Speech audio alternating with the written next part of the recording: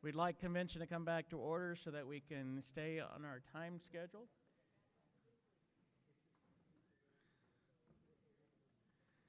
And now, if we give folks a hall pass, you have to promise to be back here on time. Whoop, let me get back.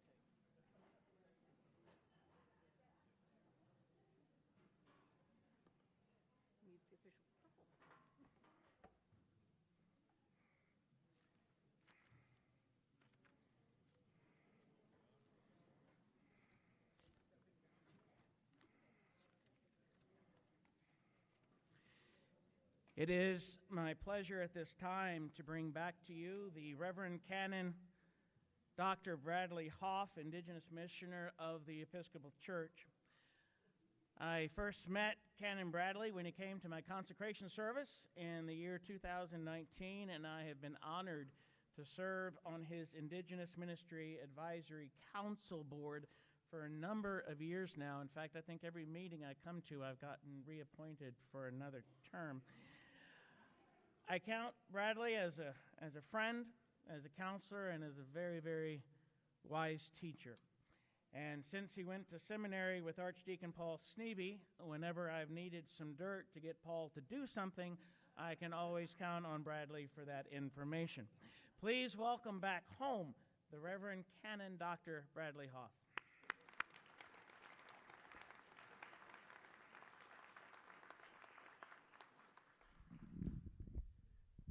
Thank you. I typically get applause before I speak. So we'll see how this goes. This segment of convention is brought to you by Sominex. If you can't sleep, this is for you. We've heard some discussion about things like circles and forests and trees and relations and relationships so far at convention. And I want to expand on that and apply it to our Episcopal Church.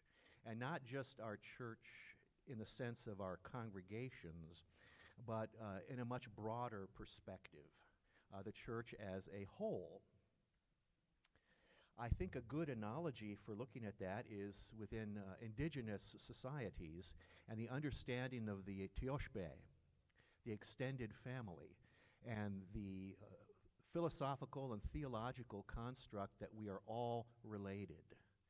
The phrase metakwasi, all my relatives, that we're all related in some way to each other, and all of creation. We're all connected inextricably. And we are called by our Creator, the Great Spirit, to live in balance and harmony with one another. And that really applies to different organizational structures, including our church. But we don't always see it that way because many of us, frankly, when it comes to the church, live and operate within worlds, within circles that are actually quite small. Actually quite small. But in reality, that small circle is related to a much larger one. So we're going to look at the domestic and foreign missionary society, the kind of church many people don't expect or even know us to be. You are a member of the Domestic and Foreign Missionary Society of the Protestant Episcopal Church of the United States of America. Did you know that? Some of you might not have known that. I didn't find that out until I was in college, that I was a member of the Domestic and Foreign Missionary Society of the Protestant Episcopal Church of the United States of America. That is our legal name. It's not the Episcopal Church, it's the DFMS, the Domestic and Foreign Missionary Society of the Protestant Episcopal Church of the United States of America. Now, those of you who were at last night's Eucharist, you may have heard me say that that really doesn't describe us very well.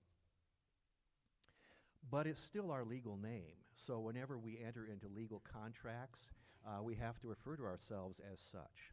We can't refer to ourselves as the Episcopal Church. But the Episcopal Church is easier to say, or at least it doesn't take as long to say and to write as that does, in spite of the word Episcopal, which very few people know how to spell correctly, and even fewer know how to pronounce.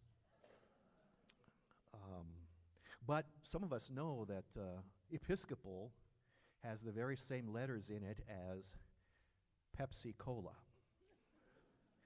They're just arranged a little differently. So, if you can't say Episcopal, just say Pepsi Cola and see what people say. Of course, that word Episcopal comes from the Greek episkopos, which means shepherd, overseer, or bishop. So we are a denomination of bishops. And we have at least one with us today, our diocesan bishop, Bishop Foltz. But we are also other orders of ministry, beginning with the laity, and then the diaconate, and then the presbyterate or the priesthood.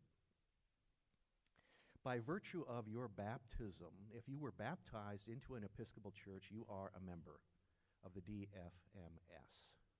So if you remember nothing else about this address, please hold on to that, because what that means is that you are connected to, you are related to a much larger circle than the one that you may know and experience in your everyday life. Now, I was born and baptized into the Episcopal Church. My parents were Episcopalian. My entire family is enrolled in the Oglala Lakota Oyate, the Oglala Sioux tribe.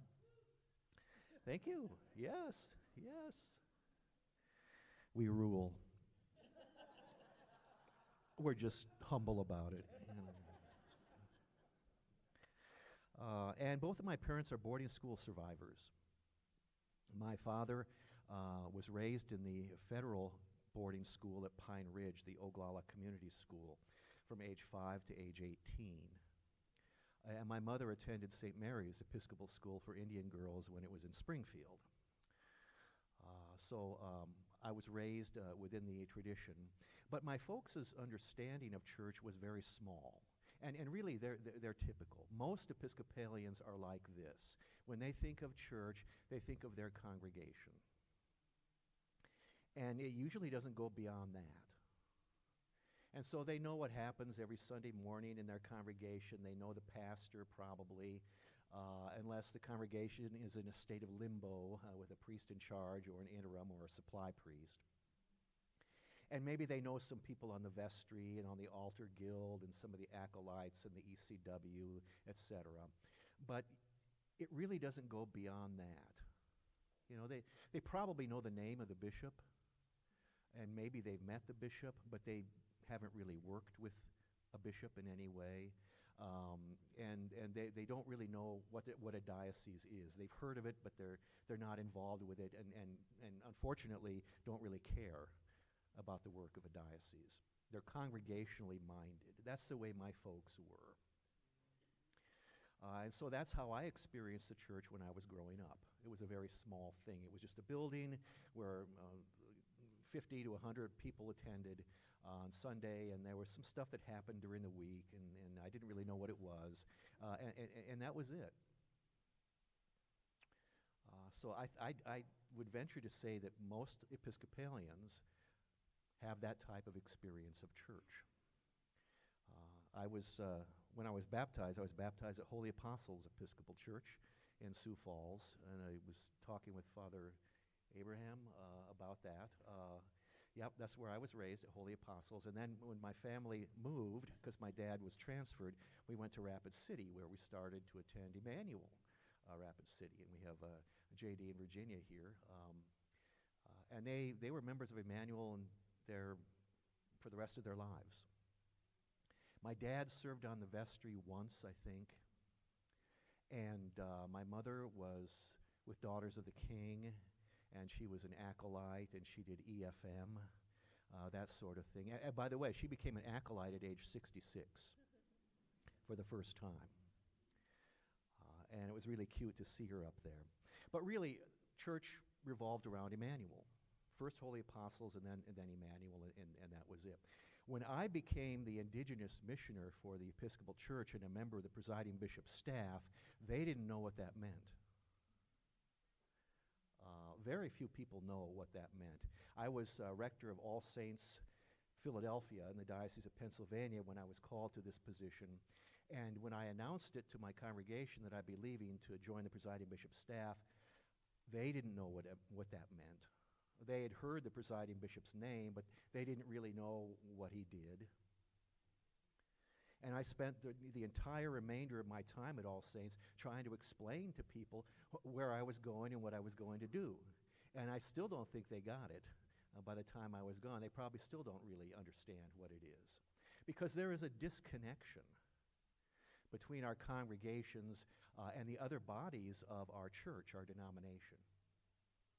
In spite of our name, the Episcopal Church, the name we go by anyway, we tend to be really congregationally minded. That's where our focus is, and we don't have a lot of energy for other areas, and in some cases don't even care. Every place where I've served as a rector of a congregation, and I've been in several different dioceses over the last 30-some years, the attitude toward the diocese seems to be the same. It really does. It doesn't matter what diocese you're in. It's like, oh yeah, we got to give money to those diocese people, and I don't really know who they are. I don't necessarily agree with them. I wish we didn't have to be involved with them. You find that sentiment in just about every diocese in our church. And let's go to the next slide, if we can, please. Yes. Most Episcopalians don't know our church is larger than they think or know. So we have our congregations, which if you have any kind of affiliation with the church, you're familiar with that somewhat. And maybe some of you are really involved in your congregation. Maybe you're on the vestry or bishop's committee. Maybe you're on the altar guild. Maybe you're involved with ECW. Maybe you are on one of the committees or commissions of your vestry or bishop's committee. Liturgy and music, for example. Maybe you're involved in communications. Maybe you're involved in finance or property. And that's wonderful. That's a way of contributing to the life of the congregation, which is vital and necessary. But it goes beyond that. I think the next rung would be regions or area missions or deaneries that are found within each diocese. Larger, but not as big as the diocese, circles of people who are involved in a greater body of work that usually focuses on that region or that area. So we have that in all of our dioceses. It kind of varies from diocese to diocese. And here in South Dakota, we have, do we call them deaneries here, or deaneries? And we have that are regionally based, and then there's also the Niobrara Deanery. And those of you who are involved in those committees and those groups know that you meet periodically and discuss the business that your deanery has to do with. And then it goes beyond that to the diocese. And we are the Diocese of South Dakota. And just by virtue of your all being here, you are already more deeply involved in the Episcopal Church as a whole than most Episcopalians are. You have increased your circle. You have increased your perspective to look at the entire diocese and not just your congregation. So when you're here as representatives of your congregation, you are here to see how you can work together for the good of your diocese and for the good of the whole church. And I'll get to that in a moment. So I just want to say thank you to all of you for being here. You have taken that next step to see the church from a wider angle or a wider lens. And hopefully that will lead to even more of that, if it hasn't already. And I know some of you who are here in this room have been extensively involved in the larger church, as we'll continue to explain it. Beyond the diocese, we have a province, the provinces of the Episcopal Church. Now, how many of you here think you have a pretty good idea of what a province is?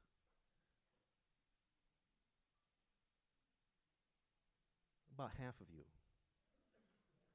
And this is at a diocesan convention. So even fewer than that of the folks who are in the pews in your congregations at home, probably even fewer than half have any understanding of what a province is, or what province they are in, or who their provincial representatives are. I think the next slide shows, there we go. This is a map of the Episcopal Church, the Domestic and Foreign Missionary Society of the Protestant Episcopal Church in the United States of America. Yes, all glossy, and thank you, Mother Lauren. So that's a map of mostly the space on there is taken up by the United States, but there are other squares and areas that feature additional territories. Now, the different colors, well, actually, it's carved up where you see the lines. It's carved up into each one of the dioceses. Now, in South Dakota, it's a little easy because our entire geographical space of South Dakota comprises the Diocese of South Dakota.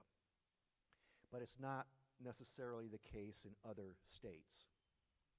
Florida, for example, has 5 different dioceses. I think New York does too.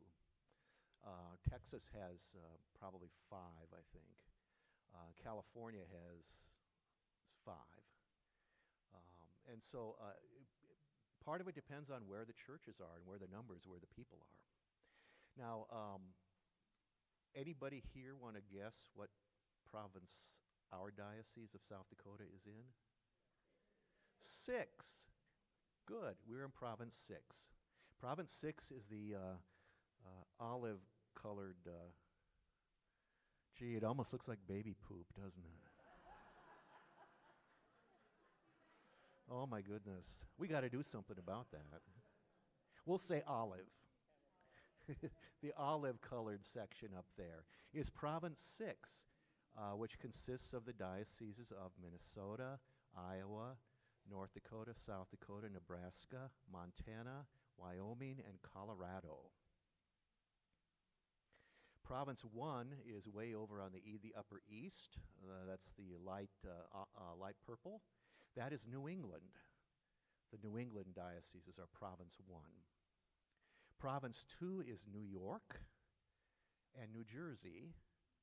And as you go down to the bottom of the page there, the Convocation of Churches in Europe. Yes, we do have Episcopal churches in Europe.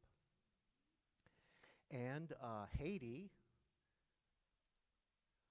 and I believe Cuba was recently added to Province 2 in 2018. So that's Province 2. Province 3 is the Mid-Atlantic, Pennsylvania, Maryland, Delaware, Virginia, West Virginia. Province 4 is in the southeast. That's the gray area down there. Province 4, I believe, has the greatest number of churches and total membership in the Episcopal Church is Province 4 in the southeastern part of the United States. Province 5 is up in the Great Lakes area, the reddish maroon type, light maroon type of color up there. Province 7 is to the south of us, the deep purple, including the dioceses in the state of Texas, which would include West Texas as well. Province 8, geographically the largest province of the Episcopal Church, is on the west. The mountains of the west and the west coast, Alaska, Hawaii, and dioceses in the Pacific, including Taiwan, are Province 8. Then there's a Province 9, and that consists of the Latin American dioceses, and they're in the top of the circle or the square that's over to the lower right-hand corner. In the pink or the peach-colored, you see the dioceses of Honduras, you see Colombia, Venezuela, and Ecuador in that region, Province 9. And then, yeah, and Puerto Rico. Puerto Rico is there, and the Dominican Republic also are province or dioceses in Province 9. So we have 9 provinces. I think at, 113 dioceses total? And we're in 36 countries around the world. So we are an international denomination. So the title, the Protestant Episcopal Church of the United States of America, really doesn't fit at all. So just so that you all are aware of that, we're beyond the USA. Most Episcopalians don't know that. They have no idea how far our church stretches and who our relatives are in other parts of the world, our denominational siblings in Christ relatives. So if there's nothing else you take from this presentation, please know that you're a part of something that looks like that, except for the baby poop. Yes, maybe we're especially a part of that, yes.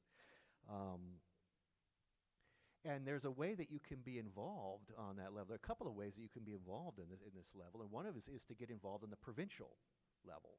Province 6 has representatives and a convener, and they meet periodically to take care of provincial business. And then they also elect, I think, one lay person and one clergy person to executive council. I think there's someone here from South Dakota who's on Province 6, Julie Nelson Gem. Yeah. So, anybody here have had experience with provincial work? Yes, okay. Anybody want to say anything about it? Okay. So I'm the outgoing Province 6 Young Adult and Campus Ministry coordinator. Josh is telling me to move forward. So I'm the outgoing provincial coordinator, which means that I help with grant cycles. That's how Shannon Kelly, who is the director for the Faith Formation Office, but also the Young Adult and Campus Ministry Office, how she structures her leadership team. And so we coordinate and work with all of the young adult and campus ministry programs throughout the whole province. And Province 6 is really cool because there is out of Minnesota, a young adult and campus ministry grant that provides internships throughout the whole province for young adults. And the grant cycle is actually open for the young adult and campus ministry grants. And so if you would like more information, you can talk to me or Ashley or Paul. Tioshbe got a grant last year. Mother Christina, Good Shepherd, got a grant last year. And it's a really great way to get engaged and get to know more people throughout the whole church and support the structure of the work of the church as a whole and get our story of South Dakota out to more people to share and tell the work that we do here. Thank you so much, Lydia. Yes. In the late 90s, I was the lay representative for our diocese to province meeting. I would say if you have an opportunity to go as a representative to the province, do so. There are so many interesting people you'll meet, so many interesting ideas, and take it home and report it and let everybody know what everybody else is doing. I think it's an excellent setting. Thank you. Anyone else? Let's go back to the previous slide, if we can, please. Okay. Thank you. Beyond provincial involvement, you have general convention. Now, how many of you here think you have a pretty good idea of what general convention is? Wow, look at that. Little more than half. A little more than half. We'll have to do something about that because general convention is extremely important. That's where it all happens. That's where the business of the entire church takes place. And it typically meets every 3 years, although the pandemic recently has messed up that rhythm. It meets next summer, the summer of 2024. To address hundreds of resolutions that are brought forth for consideration.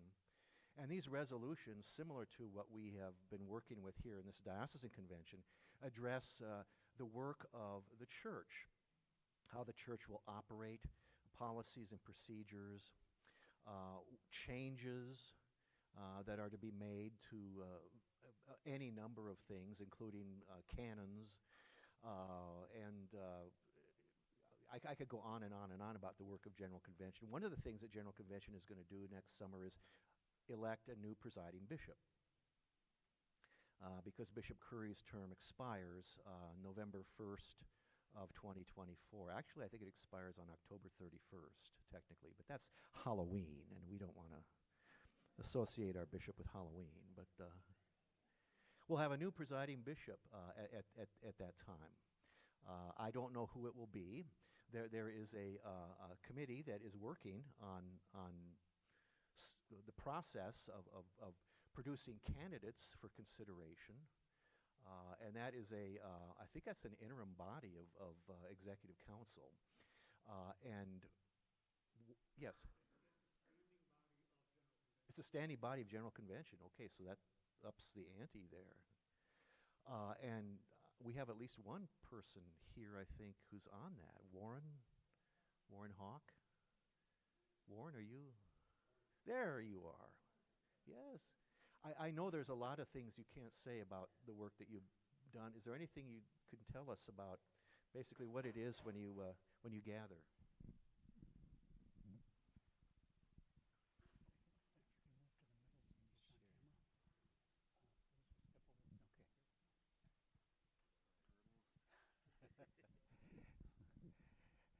I was never in track, and I had to run through hurdles here just a second ago.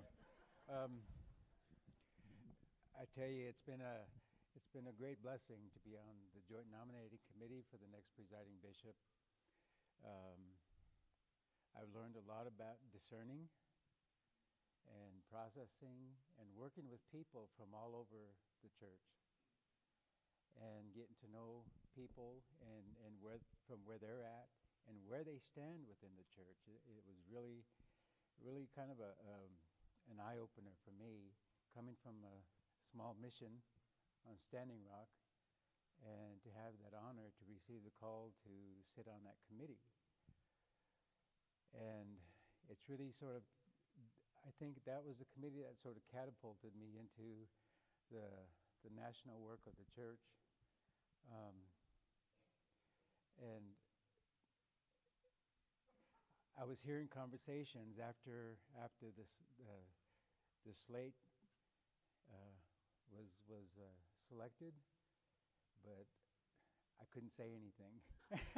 So I would get some names, and then somebody would give me a look, and I would just sort of look off, because I made a commitment to do the work and to do this work the way it needs to be done. And I know that slate's going to be coming out soon. So look forward. Our work is about to get done, and then it's the work of the General Convention, and then the House of Bishops. So it's really going to be a great opportunity to see who our next presiding bishop will be.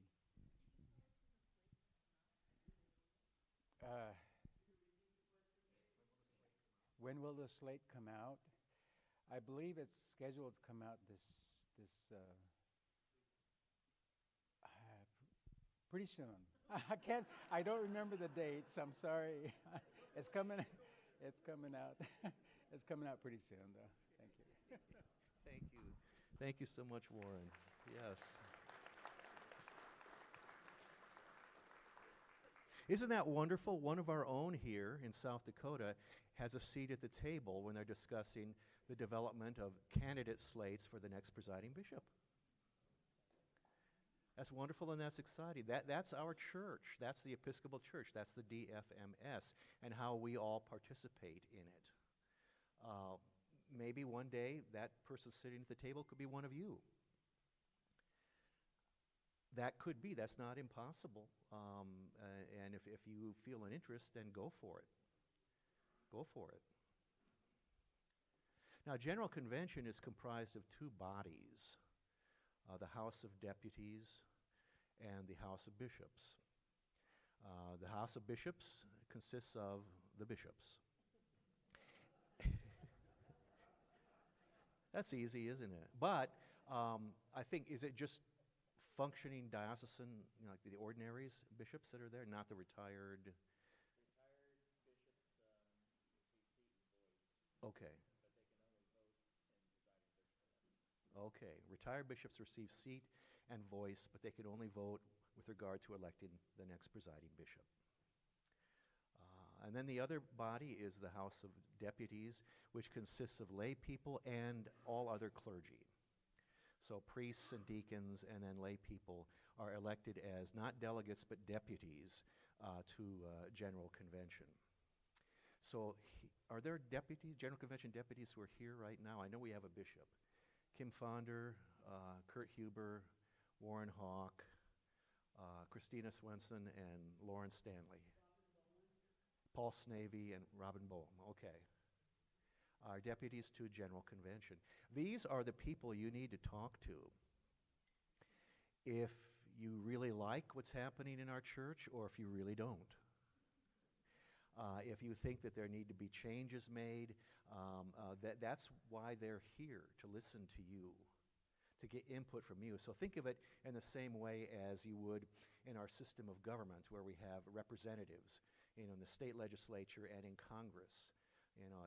They're there to hear you and to represent you in their adjudicatory bodies. So it's the same type of principle. Don't just, if you're unhappy with the church, don't just sit at home and fume about it. Don't let your feet do the walking and stop attending. Talk to the people who can get involved in perhaps making a change.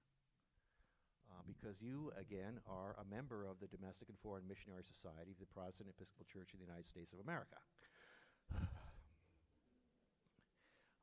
And your voice matters. Your opinion matters. So it's exciting, gearing up for the next General Convention next summer. And the thing that I think is really interesting is that whoever the next presiding bishop is going to be is someone that most of us probably already know. We already know this person. We just don't know that they're going to be the next PB. And so we have some thoughts and ideas. So there's typically a lot of rumor about who's going to be a finalist and that sort of thing, and who's going to be the next PB. But as Warren has explained, that's all very tightly guarded and confidential. And thank you for maintaining that today, Warren. Appreciate it. Anybody who's been to General Convention or who is a deputy if you would like to say anything about that, your work and your experiences? Yes, Ward. Thank you. I've been a deputy to 7 General Conventions and worked at one more, and I will be attending this time around as part of the Secretariat, part of the support group behind the scenes. General Convention is absolutely amazing. It is, first off, it's the largest bicameral legislature in the world. Over the course of 8 days or less, this last time around because of COVID, we did our work in, 4 days? We handled some 600 resolutions approximately, gave them full committee hearings. If you think how a bill goes through Congress, we do that same process. The committees the resolutions get full hearings, and then the committees debate them and deliberate and make recommendations, and it's all, I'm amazed at how well we structure that. Thanks in great part to the many people who work behind the scenes to make it possible, because if it weren't for that support staff, there's no way it could work. The other thing about General Convention that is absolutely amazing is the worship. The opportunity to come together in a room with between 1,000 and 5,000 other Episcopalians and celebrate the Eucharist together is just phenomenal. The one memory I have of the worship that stands out more than any other was in '97 at my first General Convention. In place of the sermons at the daily Eucharist, we did a table-based Bible study. And the way we introduced it was the deacon would read the gospel to the whole place, and then we would all sit down and we'd start with silence. And then you'd hear one voice at a table over there start to read it again, and then this table, one person, and then that table, and then all of a sudden it became this cacophony. And then they'd ring a bell and we'd all settle down and we'd read through it again. And so one voice would start somewhere and another voice and another voice. And those first 2 or 3 voices, you could hear what they were saying, even though we're in a room with 1,000 people. When the room is dead silent, you can hear that one person speaking. And then the cacophony raises again, and it sent chills up my spine to listen and participate in that. It was a wonderful experience. If anybody has any questions about how the General Convention functions, it is a marvel, not only the practical side, but also the way we govern is set up such, the rules of the House of Deputies are such that we can easily and with very little effort divide into the lay vote and the clergy vote.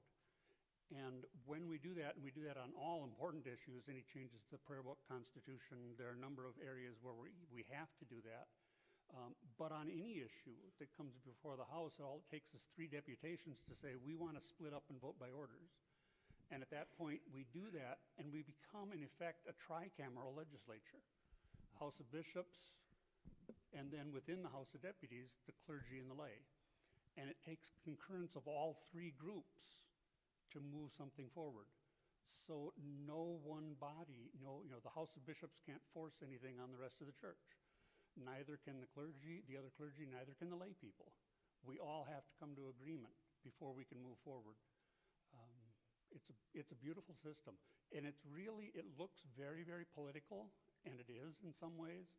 But the thing I always remember is that we're sent, and you mentioned this, we're sent as deputies, not delegates. And that's an important distinction. Delegates are sent to represent the feelings of the people back home. I'll be honest with you, deputies are not sent for that reason. Deputies are sent because you trust their judgment. And you send them there with the task of discern what the Spirit wants for the church. Don't go in with your mind made up in advance. Take our thoughts, our concerns, our prayers, our wishes with you, but then listen to the Spirit and decide discern what God is calling the church to do and be, and then act on that. The whole process is designed around the idea of discernment. We just use a political system as our tool for discernment. Thank you so much, Ward. Ward is a humble man. Because he did a great thing at the last General Convention. He was a candidate for Vice President of the House of Deputies. Or President of the House of Deputies, excuse me, President of the House of Deputies. That takes an extraordinary amount of work and energy. It really does. And courage to put yourself out there as a candidate for that position, which is the most powerful position that someone who's not a bishop can have in our church. And he wasn't elected, but he was going for it. And here he is right now among us. It's another example of how our church operates on the big level all the way down to the small level. You're actually seeing real people in front of you right now who are involved in this extensive circle, and you could be too. You could be too. There's a lot that could be said about General Convention. Yes? My husband and myself, we volunteered for the Los Angeles Convention. And we were not elected. We just volunteered. This is something to keep your ears tuned to. If you hear about the volunteer opportunity, here again, take it. You'll learn a lot. Thank you. There's more that we could say about General Convention, but we don't have the time, so we'll move on. Executive Council. You may have heard yesterday where Bishop Foltz referred to Executive Council as kind of the vestry for the Episcopal Church, for the DFMS. And that really is kind of a way of looking at it. Or maybe a Diocesan Council is the vestry of a diocese, because Diocesan Council does the business and the work of Diocesan Convention when Convention is not in session, which is most of the year. 360 days of the year or something like that, or more than that. Executive Council does the business of General Convention when General Convention is not in session. And so they're kind of like a diocesan council or a vestry on a congregational level. You know, the vestry does the business of the congregation when the annual parish meeting is not happening. Executive council is comprised of, I believe, 40 people who represent the church, a wide variety of dioceses. They can be, the members can be elected either at general convention, or they can be, I believe provinces also elect one lay person and one clergy person to executive council. So they do the business of general convention when general convention is not in session. They look at the missives, the mandates, the resolutions that general convention passed, and put them to work. Put them to work. They follow up on these resolutions, so the resolutions just don't become pieces of paper that are filed away and forgotten about.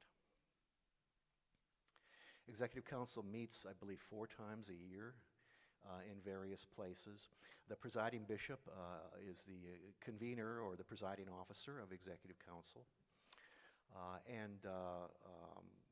The church center staff, who are listed underneath Executive Council, they are the ones who are given the work to do of General Convention as overseen by Executive Council and the officers of Executive Council.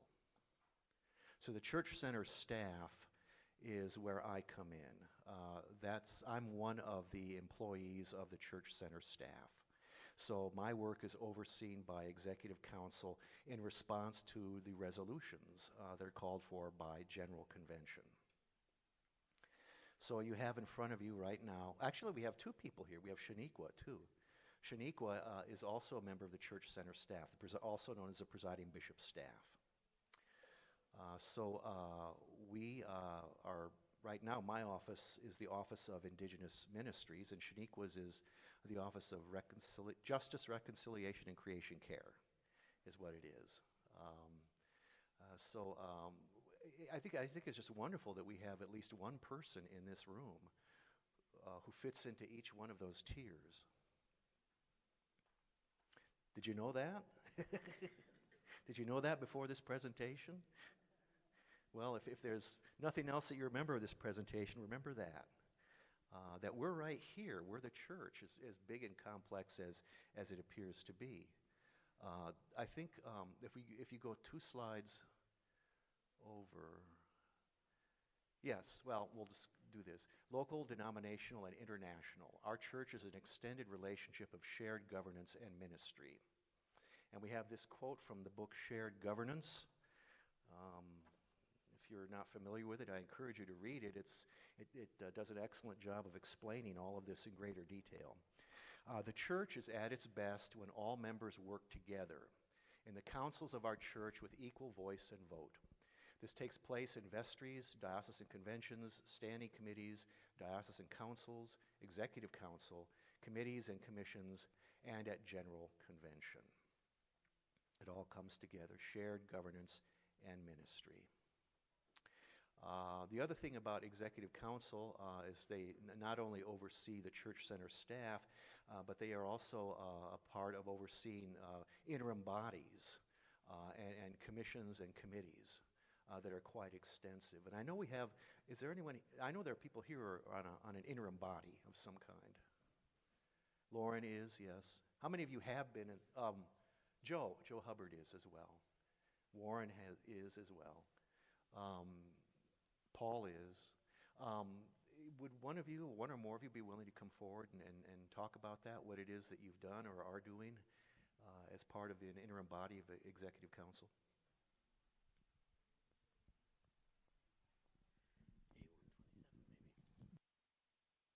I'm the convener of the A127 Commission, which is dealing with the boarding school issues and telling the truth about the church's involvement in the native boarding schools and what happened to our children. I'm also the secretary of that. Warren is our co-chair. We're meeting next week, actually, in person for the first time. We've done some Zoom meetings. Part of what we're going to be looking at, I know that my specialty is going to be working with the archives not only of the national church, but of every diocese, and help them all find the information that amazingly a lot of dioceses claim they cannot find. It's an amazing fact. So we're going to be working with that. We're going to be trying to work, or we will be working with the Department of the Interior, with Secretary Deb Holland's staff, for part of the work that she's been doing, going around the country, listening to the stories and gathering information. And they're going to open up some archives for us as well. We're going to be working with all of the dioceses in the United States because we want to find out the truth, and we are going to ask them to help us get the truth out. The good news is this commission is ongoing, so we will not be having meetings. We have to produce a report by January, and then we're done. Poosh. This is an ongoing commission that we have been asked to direct, and it could go on for as many years as it takes for the truth to come out. So if you have questions, if you have ideas, if you want to be of assistance in this diocese, if you have relatives in other dioceses who can help us, please get a hold of Warren or me or our new canon, whom we're going to put to work. Please get a hold of us, and we will do this work, and we will help everyone else do this work so that at last the children can come home. Thank you, Lauren. Other members, Joe Hubbard is on. There are actually two commissions, one that was created by General Convention and one that was created by Executive Council. So two commissions doing similar work, and we're going to be having a joint meeting of both commissions in Seattle next week to discuss how we're going to begin our work. And other members of one of those councils are Joe Hubbard and Warren Hawk. Yeah, Ashley, okay, yeah. See how confusing it is. We got two commissions from two different bodies. But they wanted it that way because they would be basically honoring the work of both of those bodies at the same time. Anybody else who's been on an interim body or committee of Executive Council who'd like to talk about it? Paul. Paul's done a lot of this type of work. No, I haven't. I served for a time on the Executive Council's Committee on Anti-Racism and Reconciliation. And years ago, you remember, General Convention mandated anti-racism training for all employees of the church. What a good idea. The problem, though, it was sort of unenforceable. There were dioceses and a couple in Province 6, I don't think they do this anymore, but at the time, they say, well, we don't have racism, so we don't need anti-racism training.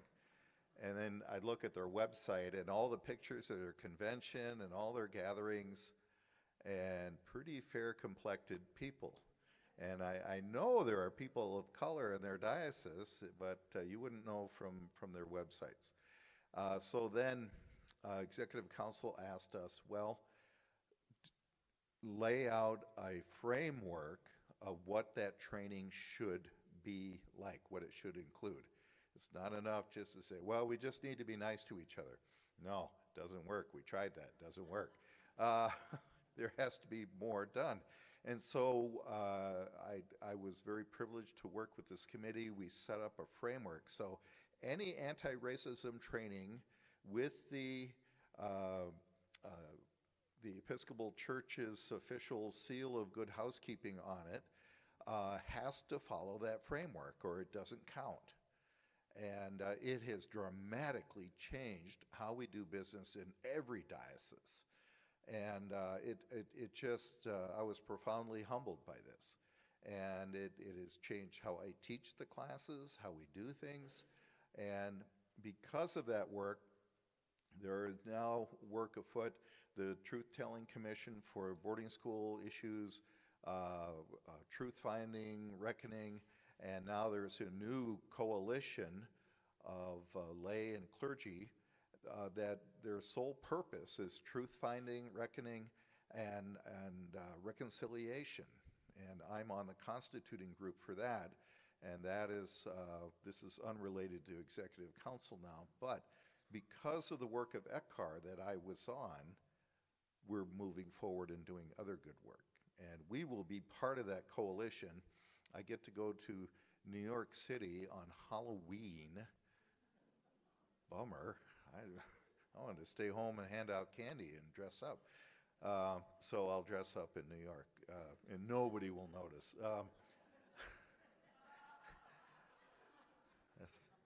But I digress.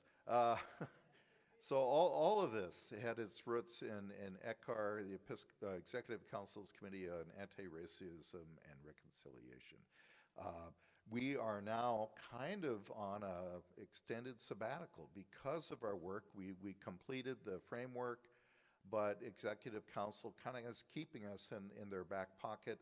If they have need for our services again, we're at the ready, and we'll jump to it if we're needed. So there you go. Thank you, Paul. We have to move along. We only have a few more minutes left, about 5 more minutes. Can we go to, yes, that one. Can we click on that, or we need, Ward has it for us. Here's a chart of staff relationships for your viewing pleasure. The DFMS chart as they have it. There we go. We can just, yep, there's one. So there's the Episcopal Church at the top. And then Michael Curry, who's presiding bishop and primate. This is dated. It's now Julia Ayala Harris, who is the president of the House of Deputies. And then Michael Barlow, who's the executive officer of General Convention. Next one. The House of Deputies, with the president of the House of Deputies there. Next one. The General Convention office with the executive officer, overseeing all of those offices. We don't have time to go through all of them. Then we have the Archives of the Episcopal Church. And the next one, and then the Office of the Presiding Bishop.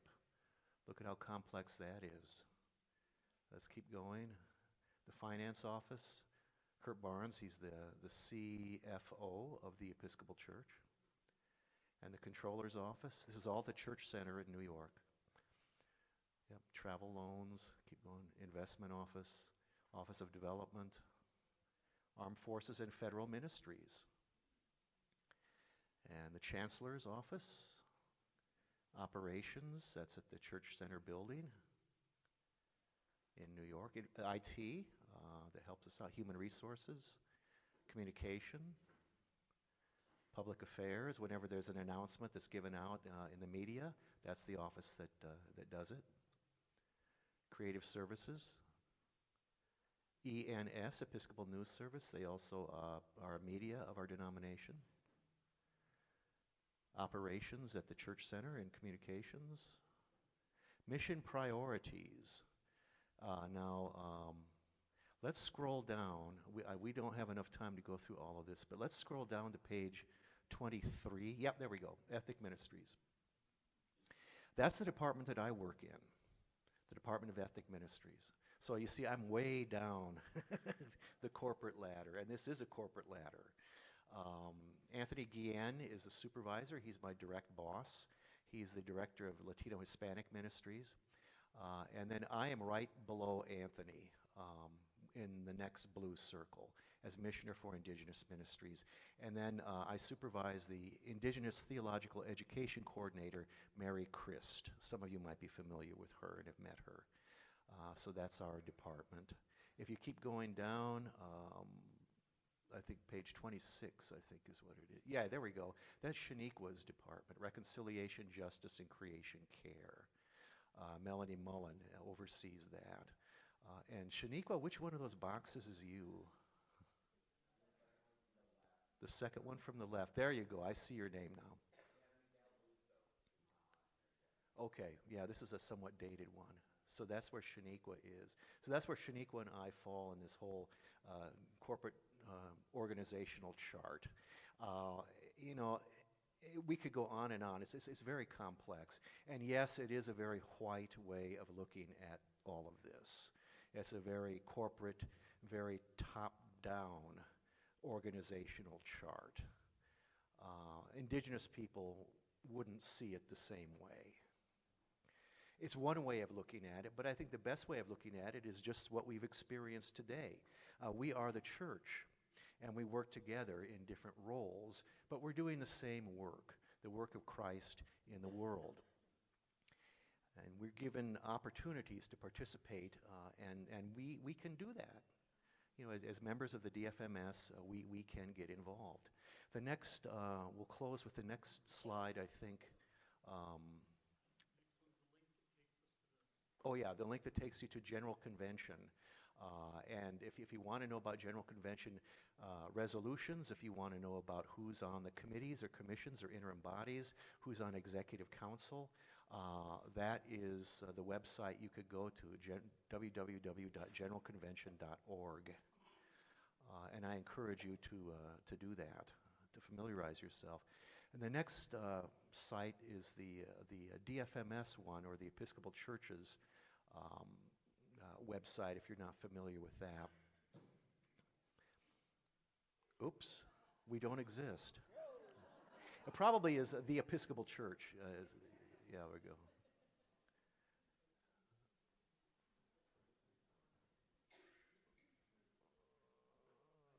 We're for sale.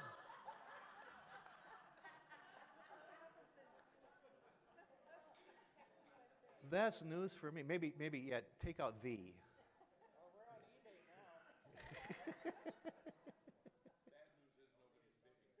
There we are.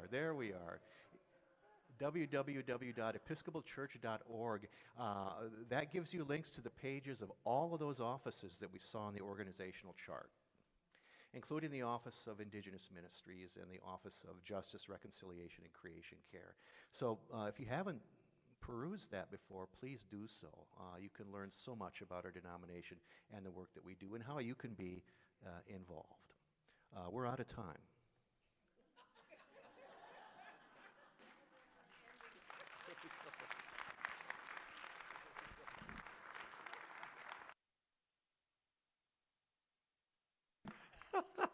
Thank you, Kat and Brad. Thank you for that wonderful interview and showcasing how we are involved in different places. And how many of you, show your hands if you want to, how many of you would have loved to, any time in your life, had a sermon come to an end with the words, "We've run out of time"?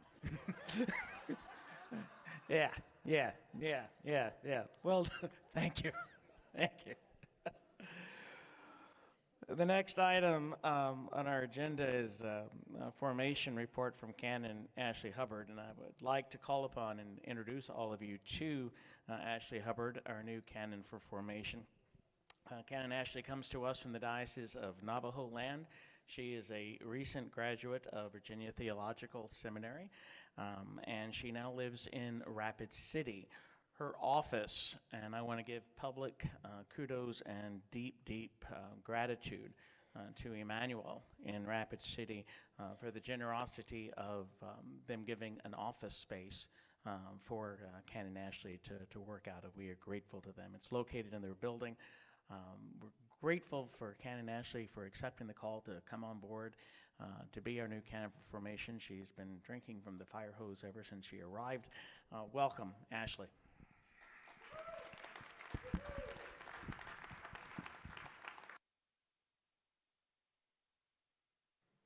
Good morning, everyone. I come bearing gifts, so I'll get to those in a moment. I would like to thank everyone here in the Diocese of South Dakota, and especially everyone in Rapid City, for welcoming my family so warmly. It has been such a blessing to be here with you guys. And I've been on the job 3 months. So there are a lot of new faces, and I love to get to know you, and I love to hear your stories and learn your wisdom. So thank you for allowing me to work among you and be with you and worship God with you. So thank you. It's good to be here. I would also like to thank Mother Lydia and Mother Kim because they have set me up for success in major ways, especially with tech. So thank you. Let's give them a round of applause. So what does the Canon for Formation do? There's a lot. And I'm not going to highlight everything, but just to give you some broad strokes so you can kind of file that away and call me later. I work with Archdeacon's Navy with the Deacon Formation School. I plan and facilitate discernment retreats and help folks go through the discernment process here in the diocese. I work on catechesis training and continuing education for lay and clergy. So that includes everyone in this room. So please come downstairs, come to the booth at Tech, get a card. My card's on the booth, or just pull me aside. I'm happy to help in any way. One of the major things that I'm responsible for is safe church. And I know that can be a no-no word. No one wants extra training, but I want you to know this is a beautiful formation opportunity for us here. Safe church used to be known as safeguarding, so if it's been a while and you know it as safeguarding, it's all new and it's updated. And yeah, it is updated. It's wonderful. It is rooted in Scripture, and it is grounded in our baptismal covenant. So it models a way for us in this diocese and in the Episcopal Church to live out reconciling relationships, and that's what we're all about. And it also features one of our very own here in South Dakota, Mother Shaniqua. So lots of videos and wisdom and story sharing with that. So I will be working closely with the superintending presbyters, all the vicars, all the rectors to get that moving and going here in the diocese. It'll be pushed out through email, and if you don't have access to the internet, don't worry, I will come to you, okay? I'm coming for you. And I say that because it's a requirement. So just an example of some of the lay formation and clergy formation that can happen in the diocese. Next week, 4 members of our diocese will be going to Upper Michigan for their Visitors Weekend to learn about mutual ministry. We are getting funding for that. So whatever you can dream for formation, I want to help you with that, and I want to help you get funding for it. So please do come and see me. In the bishop's address, we were challenged to ID 3 stereotypes in our parishes and in our missions and work to overcome them. I am here to help. I want to come alongside you in this hard work of discernment and help you, provide you with formation tools that are contextual and transformational. So please remember me when you guys get ready to start that hard work of discernment. And I would like to invite everyone to come by the exhibit hall down the hall. We're getting ready to break for lunch in a few minutes. So as you get your plate and you finish up, just come down to the exhibit hall and take a look at the Tech booth. We have Tech t-shirts for a donation. This is this year's t-shirt. Ooh, right? Yeah, I have boxes of t-shirts. So if you want to come and give us a donation, we will gladly accept that. We are also going to have a t-shirt contest for next year's camp. The motto is going to follow our theme here at convention, being the church that many people don't expect us to be. So if you're creative and you would like to design a t-shirt for next year's camp, all the information is downstairs, or not downstairs, down the hall.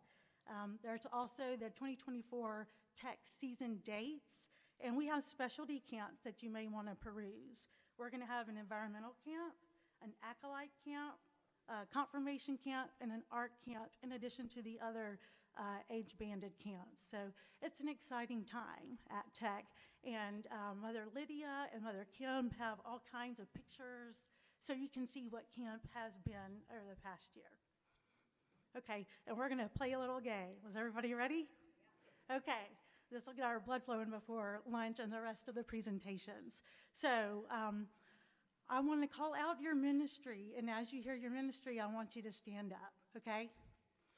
Clergy. If you're a clergy person, please stand up.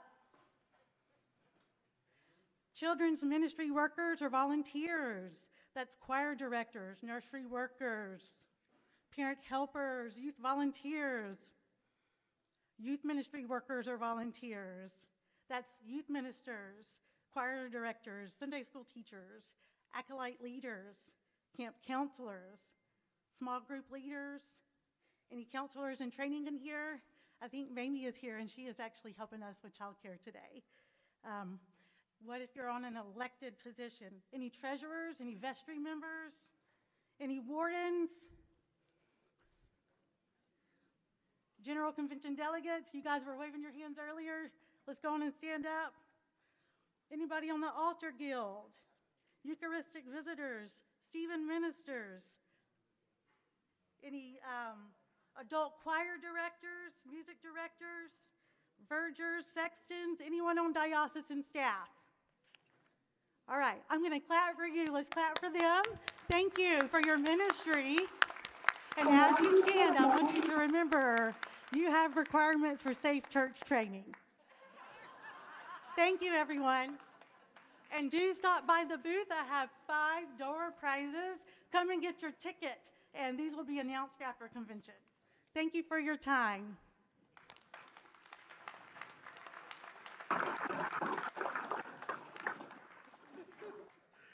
Thank you, Kat and Ashley. I think that was the sneakiest way to let folks know it was required for safe church that I've ever heard. Remarkable, remarkable, remarkable.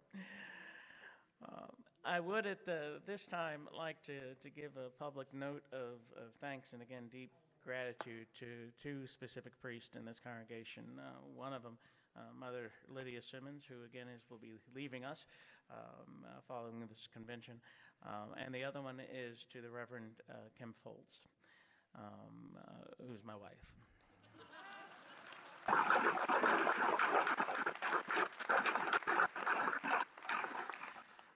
As you may recall, the Reverend Cody Manus, when he was canon for formation, he left us in October, November for Minnesota, and we were without a canon for formation. And I was determined that this did not mean that we were not going to be running Thunderhead Episcopal Center for this summer.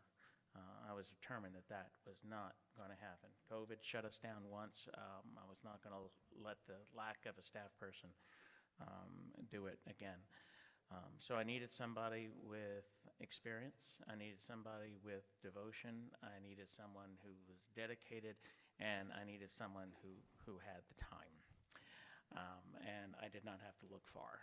I'm grateful to Kim for stepping into the role of canon for formation specifically for Thunderhead. And Kim and Lydia together were able to combine forces to get our chaplains recruited. They did a great job. I'll let Kim and Lydia speak to that.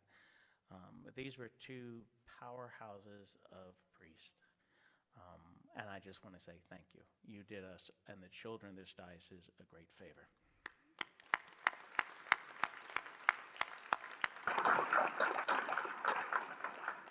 Right. Kim and I have almost been married for 27 years. We've almost caught up with you, Larry, Judy. We've been married 27 years, but I have never, ever in my life had the opportunity to say these words. I call upon the Reverend Kim Foltz and the Reverend Lydia Simmons to please come and present their respective reports.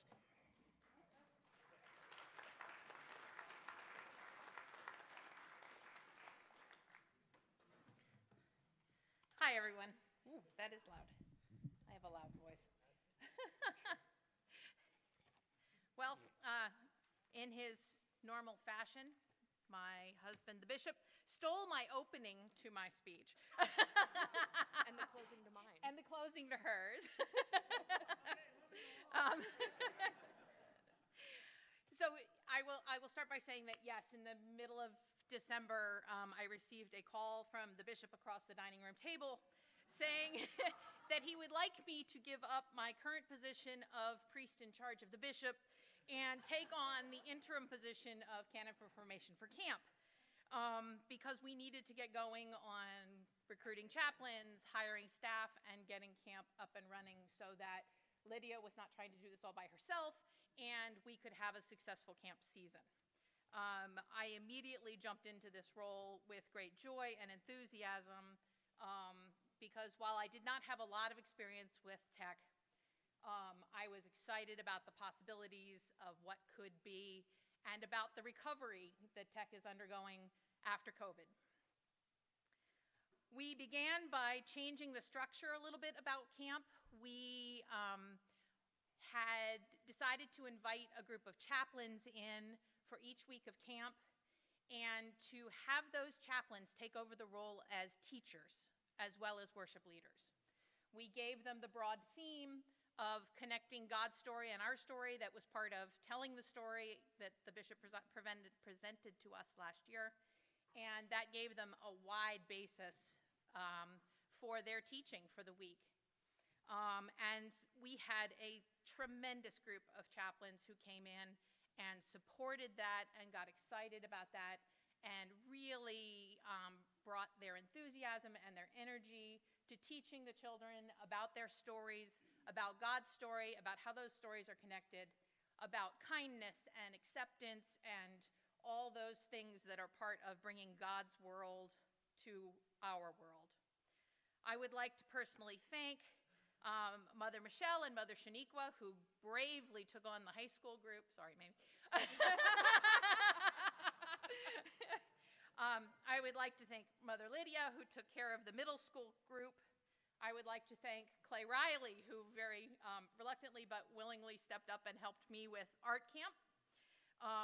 I had a friend, Sally Franklin, who was a priest in the Diocese of Upper South Carolina, who had just retired, and she came out and helped me to chaplain Lower Middle School camp.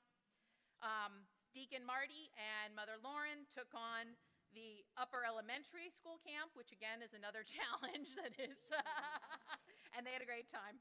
I would like to thank Mother Christina and her husband Dave, who came and did our outdoor camp and environmental camp. And again, Mother Lydia stepped up and chaplained our friends and family camp. We have a round of applause for all of them. That was a big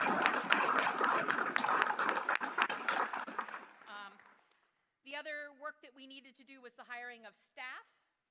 And we were short on time and doing our very best.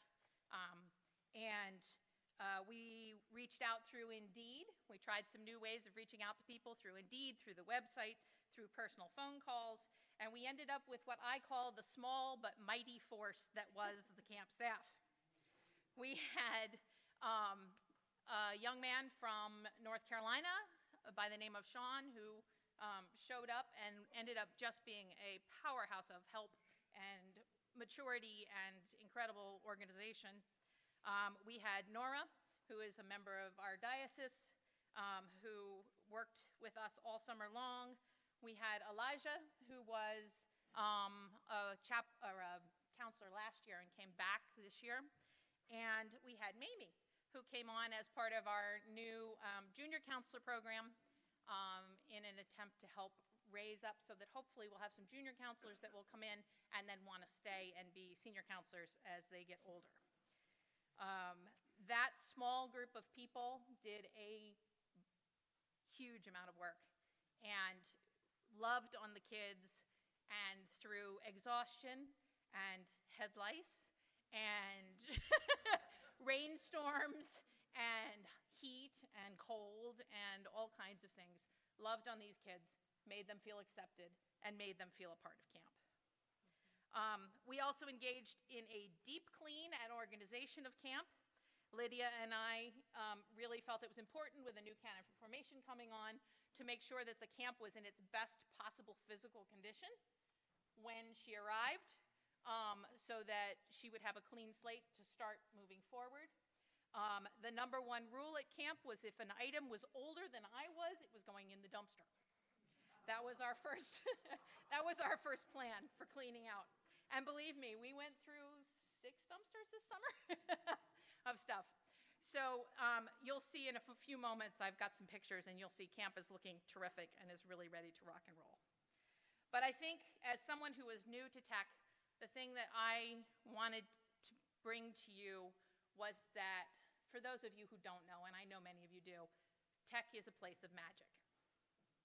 It's the magic of friendship, the magic of acceptance, the magic of wonder, and the magic of God's love. And I believe with my whole heart that the staff and chaplains this summer worked together with Lydia to help the campers feel all of those moments of magic. It was a joy to witness, and it was a joy to be a part of. And I am deeply grateful to the bishop and to Lydia for allowing me to be part of that this summer.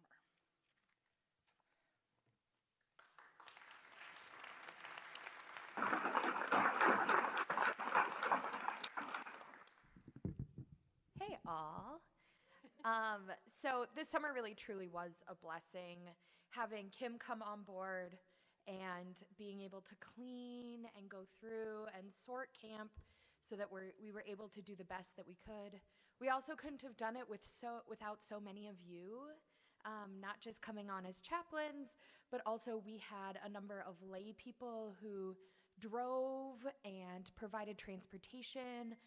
We had the wonderful Julianne Zoller from All Angels and Spearfish supported a number of our camps, and especially our art camp. She's an art teacher, and the kids just adored having her up at camp. And the number of volunteers that we have ensures that camp can run how we want it to. So a huge thank you to all the volunteers who helped with that. A couple of exciting things. We saw campers from congregations who hadn't recently sent campers to camp. We saw congregations represented that previously had not sent numbers, or at least since the pandemic had not returned to camp. We also had campers attend multiple camps with our specialty camps. We had one camper in particular who attended high school camp and every single one of the specialty camps. He just wouldn't even register. He'd just show up and we're like, oh, hey, how's it going? Welcome back. Good to see you. You want to go, you know where you're going, so go back to your cabin. It was just really amazing to have that opportunity for people to continue to engage in camp in different ways. Another exciting piece, we had an increase in the number of campers. However, this year we saw less than half of the campers request more than a 50% scholarship. I'm gonna say that again, less than half the campers requested more than a 50% scholarship. So that is showing that we have more and more campers who are not only attending camp, but financially investing in the ministry that's happening at Thunderhead. And that leads me to my next less than fun point, is that as we go forward, we really are gonna have to be taking a deep look at the financial solubility of Thunderhead. It takes a lot of money to run a camp. I'll tell you that right now. It's not a cheap endeavor to undergo, and nor should it be to provide the level of experience we would like the youth to walk away with. The last number of years, we've been in a relationship with the Diocese of Wyoming, and they have gifted Tech generously $30,000 every year. However, after looking at their camper numbers, they've decided to fund other youth projects within their diocese, which is definitely understandable. And so they are, this coming year, 2024, going to step down their gift to $15,000, and the following year they will remove their support completely. We're grateful for their years of support and partnership, and deeply grateful for the work and the youth that we were able to connect with, and we wish them the best in their youth ministry endeavors going forward. So, we need to find new ways to fill our financial need at Tech. The Tech Committee will be continuing to work on reaching that financial solubility. One way we are going to go about this is by increasing our rental schedule at camp. I don't know if many or all of you know that Thunderhead is available to be rented outside of our regularly scheduled camp offerings. This is your friendly reminder that you too can rent camp for retreats or groups or family reunions. We have a number of people who have long-standing connections with camp in that way. So friendly reminder to remember camp in your next scheduling sessions.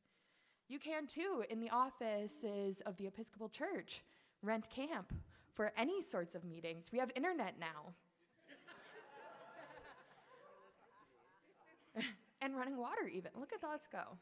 I'm excited to announce as well, we've entered into a rental partnership with Mad Mountain Adventures, whose owners, Amy and Braden, are members at St. John's in Deadwood, whose established company will rent snowmobiles out of camp from November 1st to May 1st. What a lot of people don't know is that the state of South Dakota already has an easement through our property, so Snowmobile Trail 6 runs right through the heart of camp. And the amount of snow that we have already gotten and will continue to get up at camp means that it's a really wonderful place to have this relationship. This means that instead of sitting empty most of the year due to the snow, from November 1st to May 1st, the camp will be filled. We have renters in there that entire time, continuing to support the facility itself, as well as being a great relationship for us. This also works directly to recover some of that deficit from the Diocese of Wyoming. But I will say, this isn't on my notes, so we'll see where this goes, but the group, the organization has already been amazingly relational.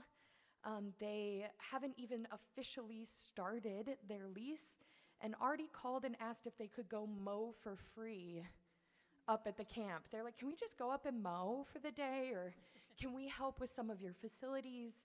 They're really wanting to help invest financially in the property, in the organization of camp, and in the diocese itself. So this is hopefully going to be a continued mutually beneficial relationship, and Canon Maggie and Canon Ashley are going to be taking point on working with that really wonderful rental company, hopefully for what will be a wonderful ongoing relationship. The Tech Committee is also beginning to work more closely with the Episcopal Camps and Conference Center organization. That's an organization that serves all of the camps and conference centers in the Episcopal Church.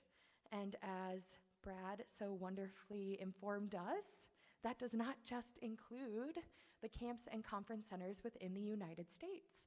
We're serving camps in Italy and in a number of other of our countries in the Convocation of Churches in Europe, as well as in our Province 9 congregations, those Latin American countries.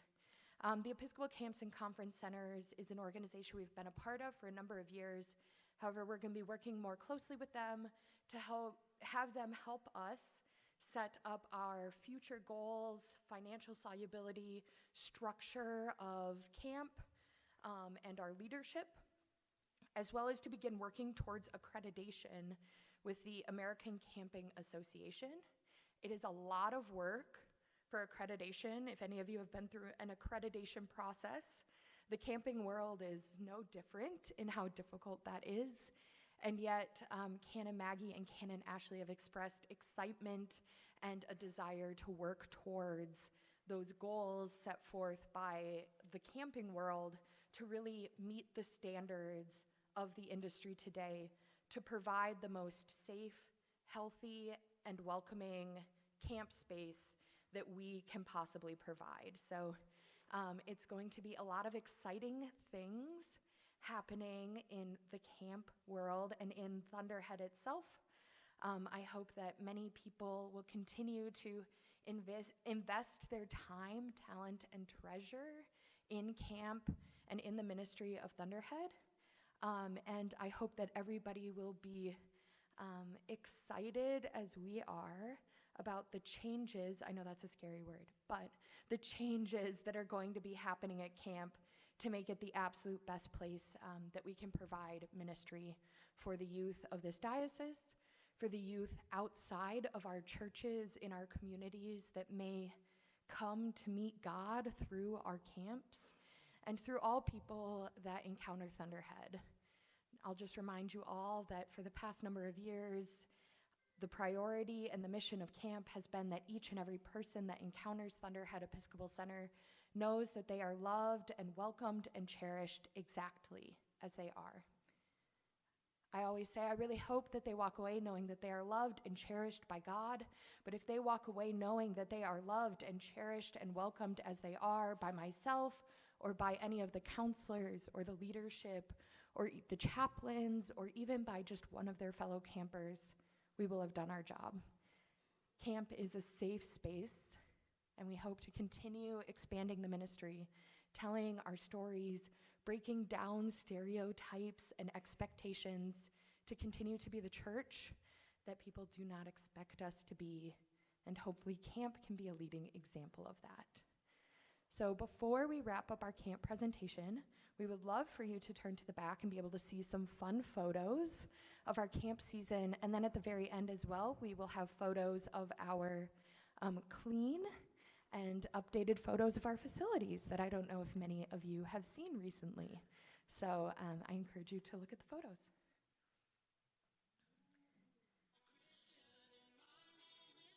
That's high school camp.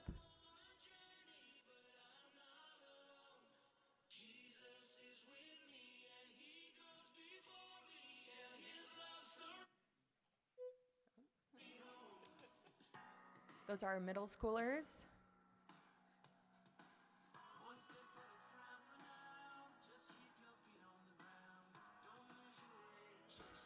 Lots of furry friends at camp.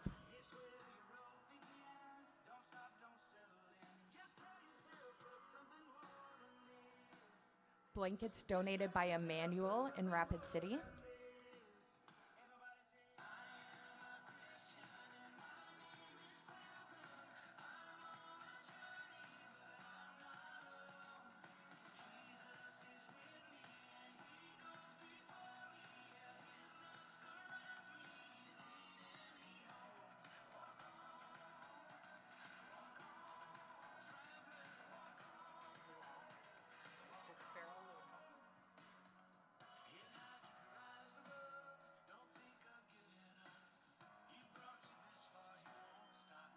Outdoor adventure camp.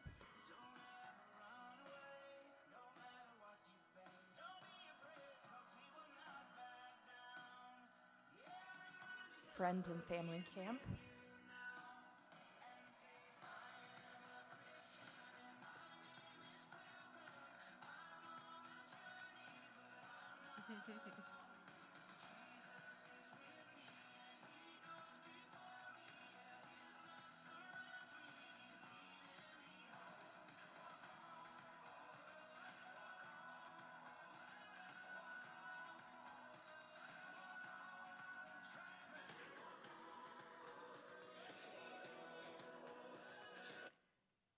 Thank you all.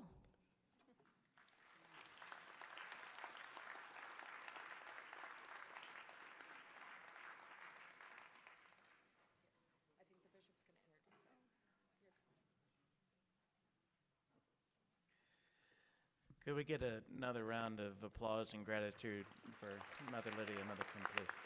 Thank you.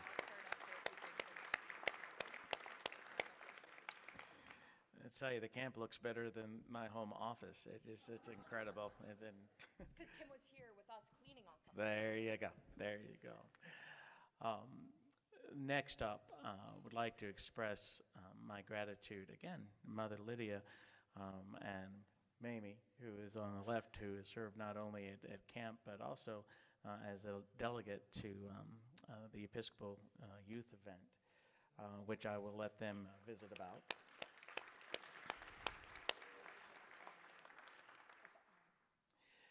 It takes an amount of courage and I dare say even an investment of time, and a lot of folks forget this when we go off to general conventions and meetings and this, that, the other, that folks are giving up of their time. And how many of y'all remember summer vacation? No one ever got a summer vacation? It's been that long ago? You forgot summer when you were a kid? Did y'all have year-round school here in South Dakota? Does it snow that? No, it snowed. Y'all had to stay home for some of it. Amy gave up a chunk of her time to go and represent us, the Episcopal Diocese of South Dakota, at the Episcopal Youth event, and I'm grateful to her. Also grateful to her work at Thunderhead Episcopal Center this summer. She gave of her heart to the diocese and to the kids and to our Lord, and we are grateful. Mamie, I gave it.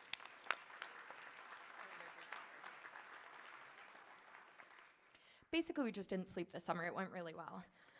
So for those of you that don't know, EYE, or the Episcopal Youth Event, is an event that they try and have every 3 years. The pandemic threw a wrench in it for the last one, but this was their first one post-pandemic, and it was in College Park, Maryland, from the 4th to the 8th of July. It's for youth ages 15 to 19 from all over the Episcopal Church. It's an event planned by young people for young people. The primary planners of EYE are all young representatives from across the church, and the people who attend EYE are almost entirely young people from across the church.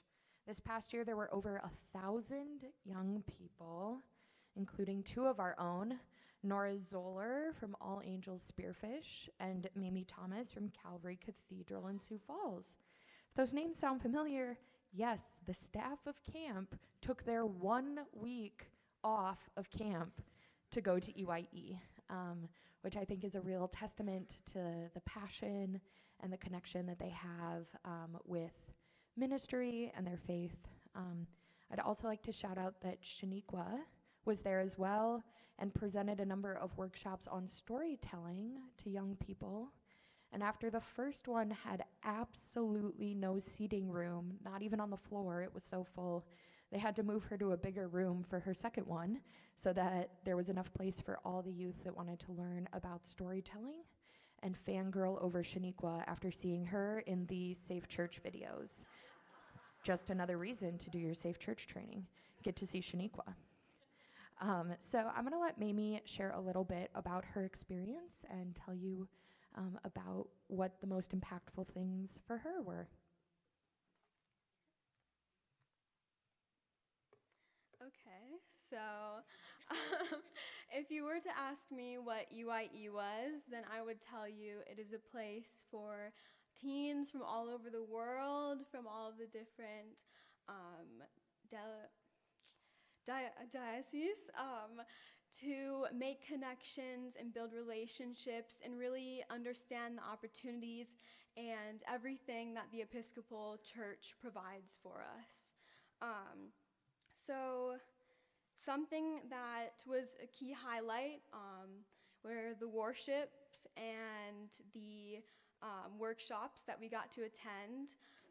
Specifically, the worships were amazing. We had several speakers each time present us with sermons and beautiful speeches that really helped to demonstrate the amount and their stories and the things that the church had done for them and everything in that capacity. And the workshops, which we were able to attend, there were several options, were lessons each day for us. Specifically, I did the baptismal covenant, and I went to one that had to do with the politics in the Episcopal Church. And also, there was opportunities to meet with people, so I met with a club that was set up, or a meeting, about climate change, which was very liberating. But yeah, we also got to see our presiding bishop, Michael Curry, and that overall really demonstrated the amount of care that he had, and which represented the church, especially because of the state of his health. I mean, he made it out there, and he delivered an amazing sermon that really stuck with all of us, so that was very, very symbolic. And specifically, he wanted us all to know one verse of the Bible, and that verse was God is love. And he said specifically that anything that is not love is not God. And that really stuck. And another thing that we were constantly told throughout the week, the story that we studied was the story of Esther. And the verse that he told us was that you were born for such a time as this. And that was very, it stuck again. because of the fact that we were told that we are not only the present of the church, but we're also the future.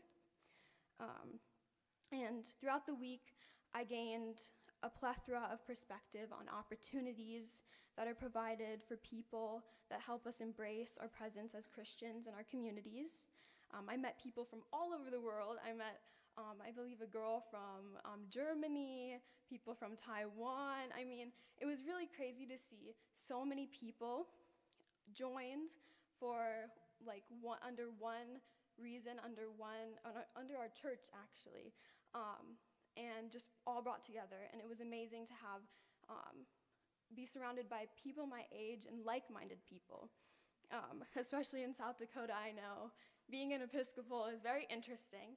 Usually I tell people I'm an Episcopalian, they go, "So you believe in God?" It's, so we have some rough patches there, but yeah, I got the chance to meet so many amazing people who really inspired further growth in my vision of what I can do in my faith, and it was extraordinarily refreshing to be around them and to learn from so many people, so many leaders, and so many people who were higher up in our church that really took the time to be with us. That was very impactful. And I walked away having the peace of mind that I have an important part in my church, and I have a voice that wants to be heard. This was a life-changing event that gave me courage to confidently walk along my Episcopal peers and in my community. The message that the youth are not only the future, but more so the present, is so clear to me now. I'm excited to continue my presence in my church, and I'm going to say it one more time for Bishop Curry, but I know that I was made for such a time as this, and yes, it was an amazing experience, and I'm so grateful that I had the privilege to attend.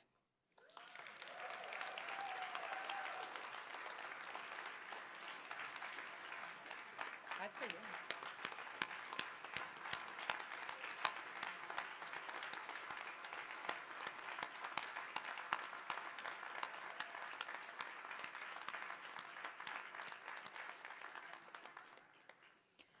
I will say having Mamie attend EYE with us was my first I feel old in ministry moment, as I used to babysit Mamie when she was a baby, and now she's in high school and not only taking a active role in her congregation, but as you can hear, eloquently sharing her story of faith, both with here in the diocese and out in the community. So I'm just so grateful for the opportunity to have worked with Mamie and with Nora, and I hope you all remember that the young people that you raise up may be your next leadership.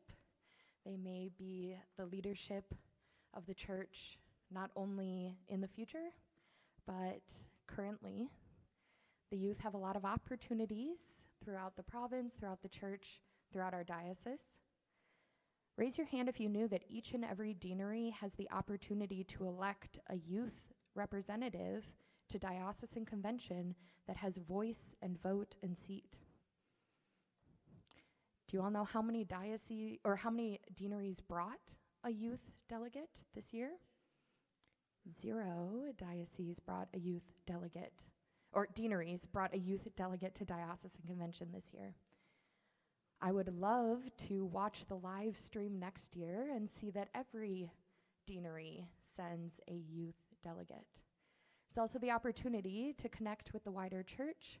Official youth presence is an opportunity for young people in that same age range of 15 to 19 to be present at General Convention, to learn more about the functioning of the church, and to have voice and seat at General Convention. Those applications are open right now. So if you have any youth that may discern that that is something that they would like to be a part of, I know Mamie and I have been having conversations about it.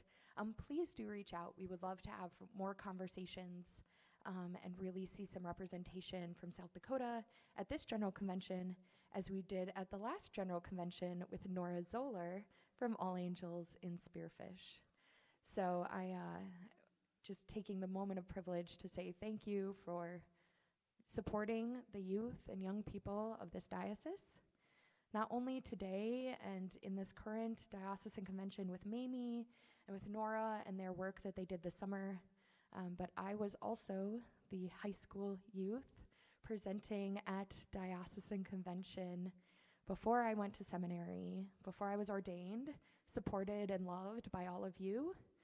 And it is that impact that has made me the priest I am today. So continue that work.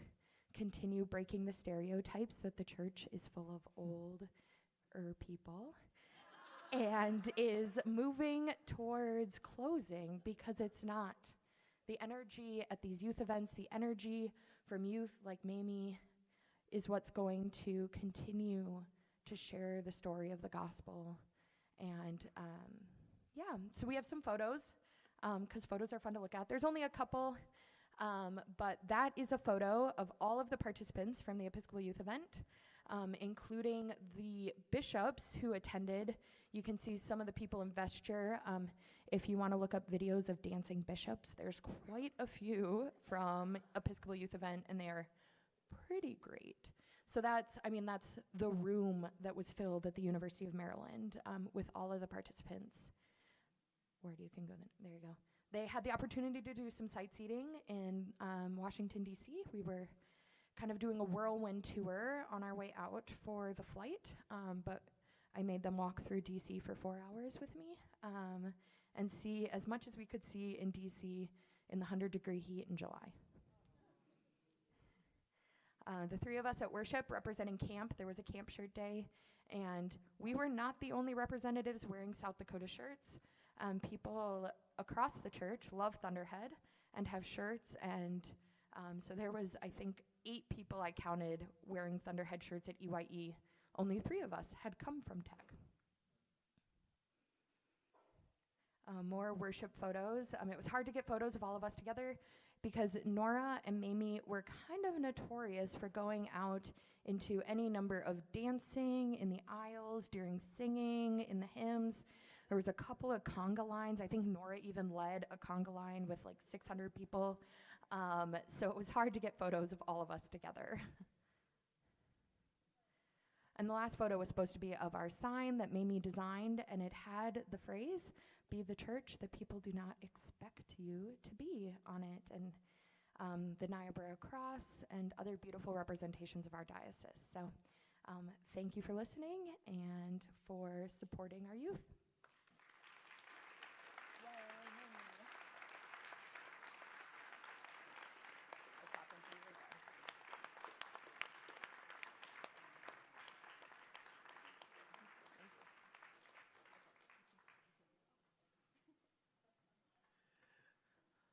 Our final presentation before announcements and lunch will be made by Canon Lauren and by Marlis Fratsky on our Diocesan website. Canon Lauren and Marlis, and as they make their way up, again, my kudos and gratitude. They have put a amount of hours into putting the website together. Marlis has spent a great deal of time on the phone. We've got a really, really good, helpful company that we're working with. In fact, I think if I recall correctly, the first person she talked with was actually an Episcopalian, so spoke our language. Marlis and Canon Lauren.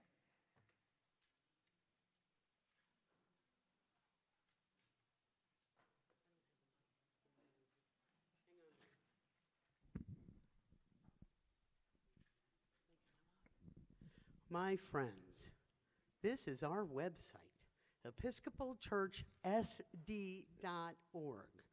If you want to learn about the Episcopal Church in 36 nations, you go to episcopalchurch.org.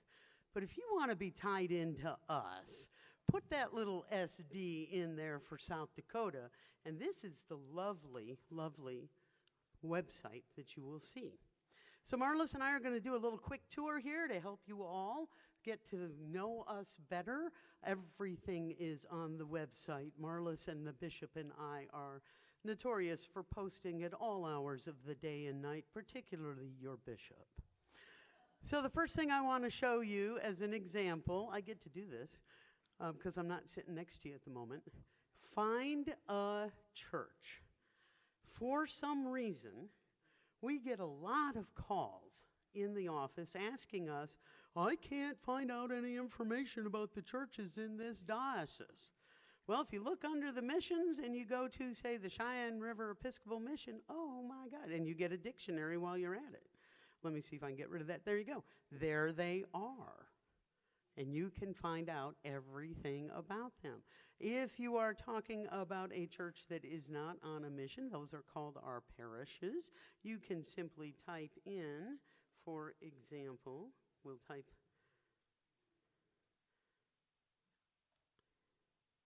this better work, you guys. Just type in Grace. Oh, just type in Grace, sorry. There you go. You can have Grace here, or you can have Grace Madison. There you go. And you can go to them and find out all that information. So that is one of the number one calls we get. Marlis, over to you. Would tell me what you want me to show them.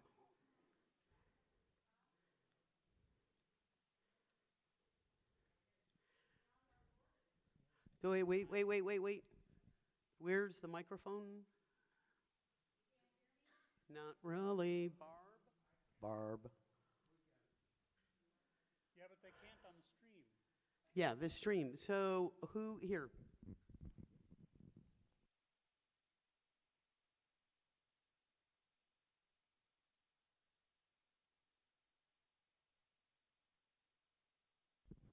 As Canon Brad Hoff was explaining, we have Beyond Our Borders in a section. If you click on this area, you will find, I hate microphones. Keep going down. We have all sorts of areas.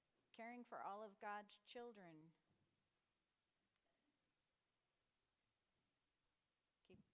There you go. Thank you. The Pride Parade that was held in Sioux Falls, we have pictures from them. Mother Shaniqua did a wonderful article, and we posted that. Those are from last year. We have Presiding Bishop sent out a statement. We post those.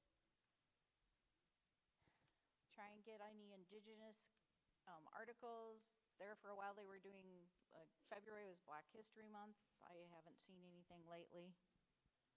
Go back up to the top, please. Okay, resources. Trying to put on podcasts that we have out. I believe this is one of Mother Shaniqua's projects, Prophetic Voices podcast. We have links to the bookstores, Forward Movement, Church Publishing, UTO. If you look here, you'll see a bunch of Thanksgiving and Fall Gratitude projects. I set that up. Sermons at Work, for any of you that need help with sermons. These also link you to what you would see on the National Church website. And I think you need to go back to the homepage.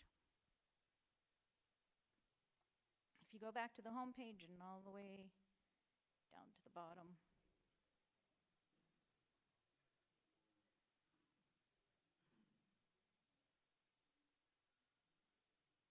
These are all our news articles that we put out. We have events. If you're looking for an event, you can find it quickly there. We have some churches that do special things. Cheyenne River has a soup kitchen that Deacon Iva has done for a number of years. Trinity Watertown has what they call Loads of Love and Laundry in Watertown. We have a tech page. We have a Niobrara page. We have a Niobrara School of Ministry page. We have a Camp Remington page. We have an ECW page. Convocation, discernment and formation. There really isn't a whole lot that does not go on in this diocese that you cannot find on this website. How many of you have a smartphone? Quite a few of you. How many of you use Facebook? Okay, these articles that we put on We link them to Facebook. We also have an Instagram account, which we're still struggling with. We also have a Diocesan YouTube page, which we're doing the live streaming of this convention on. Our goal is to get out as much information as we possibly can to as many people as we possibly can, but we know that it doesn't reach everyone. But the majority of you can see this, can access it, and we just ask, share it. However your community communicates. Share it with everybody. Share it with your friends. You'd be amazed the number of people that we can reach if we just share. And that's all I have to say.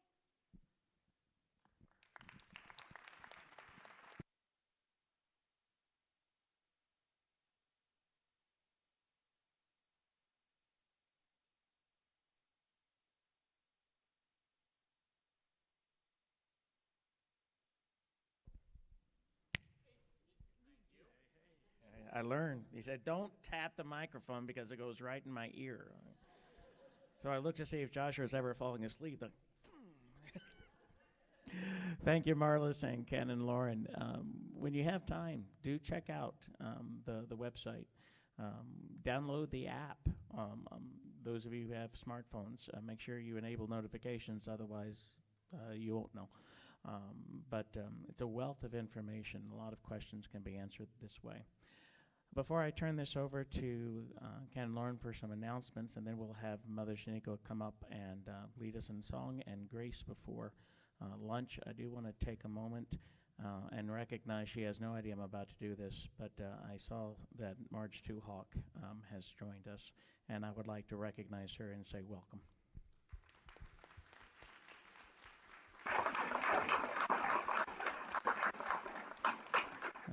Marge was not here yesterday when we were offering our thanksgiving and gratitude to God for the ministry of her husband, Father Webb. And Father Webb continues to be in our prayers, as do you, Marge. And grateful that you were here with us today. You honor us, and we are humbled by your presence. Ken and Lauren. So we're going to play. We're going to play a little game. I found a wandering coffee cup at the diocesan offices, and if nobody claims it, well, all right, fine. I was going to auction it off. Speaking of auctions, during the lunch hour, we will be having the quilt auction after everybody has eaten. We're going to ask you, please, go and see the exhibit tables. Go down to the end of the hall, hang a right, hang an immediate left, and let's go visit. Drop a little money. I think Canon Ashley. She said, yeah, Canon Ashley said something about, like a raffle ticket or something for door prizes. Somebody's got to win. Now, the standing committee, the new standing committee, they are going to go first for lunch because they are going to have a meeting. And they are going to meet and have their lunch in the registration room where you all had to go in to do your registering. I would like at this point to call out the lovely kitchen staff who are here. Come on out. Come on out. Come on out. No, really, we agreed to this. Yeah, they can. Believe me, you can hear everything in there. Oh, just come on out. These are some of the 43 volunteers who have been cooking for us, and that's not including the scouts who served us. They have been a wonderful host and for us, and so they're also kind of shy and they don't want to do that.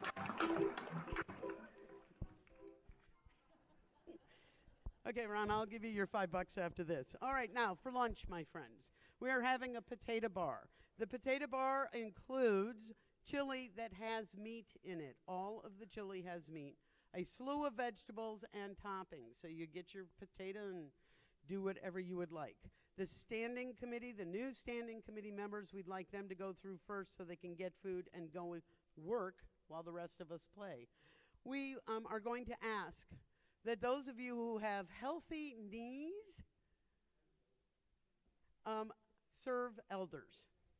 Everyone has to go through the line, but if you would look around your table, and if you have elders who need or who deserve to be served, please arrange to do that. If you have an entire table of elders, smack somebody at the next table. But that's how we're going to be doing our lunch today. Are there any other announcements that need to be made? If the standing committee would actually get to the head of the line with your worship bulletins, because we're going to be singing for our lunches. There are, to remind you again, we not only have restrooms on this level, we have them upstairs as well. And Bishop, we will be returning at? Here's the good news. We're not coming back into session until 1:30. And Bishop, cover your ears. Cover your ears. No, cover them. Y'all need to come back after lunch because the bishop said so, and he's made me the enforcer. So come back after lunch at 1:30 because we got business to do. And we have a couple of another address, and we got lots of good stuff going on. So, Bishop, you want to call? Mother Shaniqua, would you lead us in song and grace? All right, page 29. This hymn may not be familiar to some of you, but it is in our Lift Every Voice and Sing hymnal. So I hope you can do it. What we're going to do, so we sort of do it on time, we're just going to sing the chorus through. Let's sing it through twice. Actually, let me change that up. We're going to do the chorus. We'll do the first verse, and then we'll do the chorus again.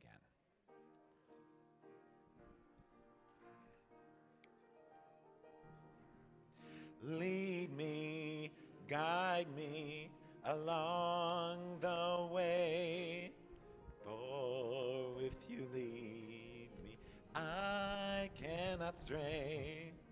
Lord, let me walk each day with thee. Lead me, O Lord, lead me. I am weak and I need thy strength and power to help me over my weakest hour. Help me through the darkness place to see. Lead me, O Lord, lead me. Chorus. Lead me, guide me along the way. For if you lead me, I cannot stray. Lord, let me walk each day with thee. Lead me, O Lord, lead me. Thank you. Let us pray. Creator, we thank you for the gift of this day, for all of us gathered. We ask you to bless this food to our use and us to your service. Bless the hands that prepared it. Bless all those and help us keep us mindful of those who don't have food. And may this food fill us up without filling us out. Amen.